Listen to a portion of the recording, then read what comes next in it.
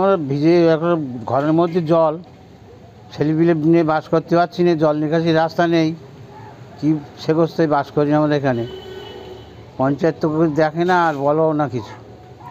জল নিকাশির ব্যবস্থা নেই। সারা রাত কীভাবে কাটে? সারা রাত ওই রকম ওই তক্তপোষের ওপর বসি, তক্ত করে আসে, ঘরের মধ্যে বসি কাটাতে হয়, একটু শুই একটু বসি।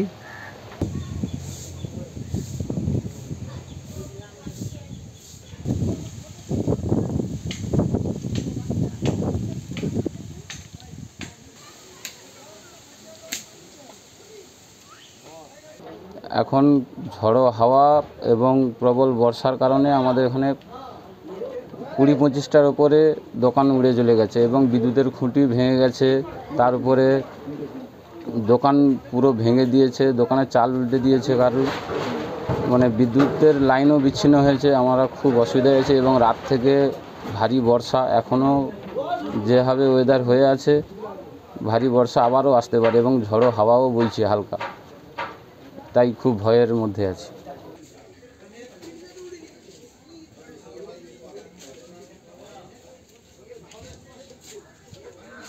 ক্ষয়ক্ষতির আশঙ্কা বলতে অ্যাকচুয়ালি আমি কালকের 3টের পরে যখন আচমকা একটা ঘূর্ণি বাতাস যখন উঠে পড়ে, তখন এই হরিপুরের হাজরাবাজার এলাকায় যে ব্যবসায়ী সমিতি আছে সেখানে রুটি রুজির জন্য যারা ব্যবসা করেন তাদের যে ব্যবসা স্থলটা মানে ক্ষতিগ্রস্ত বিভিন্নভাবে হয়েছে।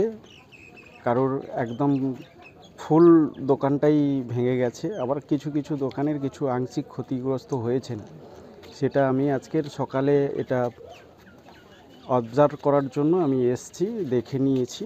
এবারে সবাইকে আশ্বস্ত করছি যাতে হরিপুর গ্রাম পঞ্চায়েতের প্রধান হিসেবে এবং আমার হরিপুর গ্রাম পঞ্চায়েত এই ব্যবসায়ী সমিতির পাশে থাকবে এবং এলাকার পাশে থাকবে। তাদেরকে এই মুহূর্তে কিছু করণীয় নেই, আমার প্রসেসটা চলবে।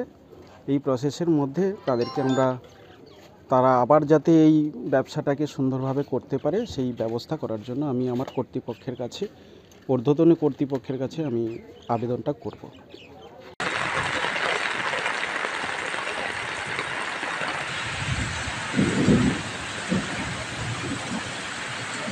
আমাদের ভিডিও ভালো লাগলে লাইক এবং শেয়ার করুন। কমেন্ট সেকশনে গিয়ে জানান আপনাদের মতামত। আরও ভিডিও পেতে আমাদের চ্যানেল সাবস্ক্রাইব করুন এবং প্রতি মুহূর্তে খবরের আপডেট পেতে প্রেস করুন বেল আইকন।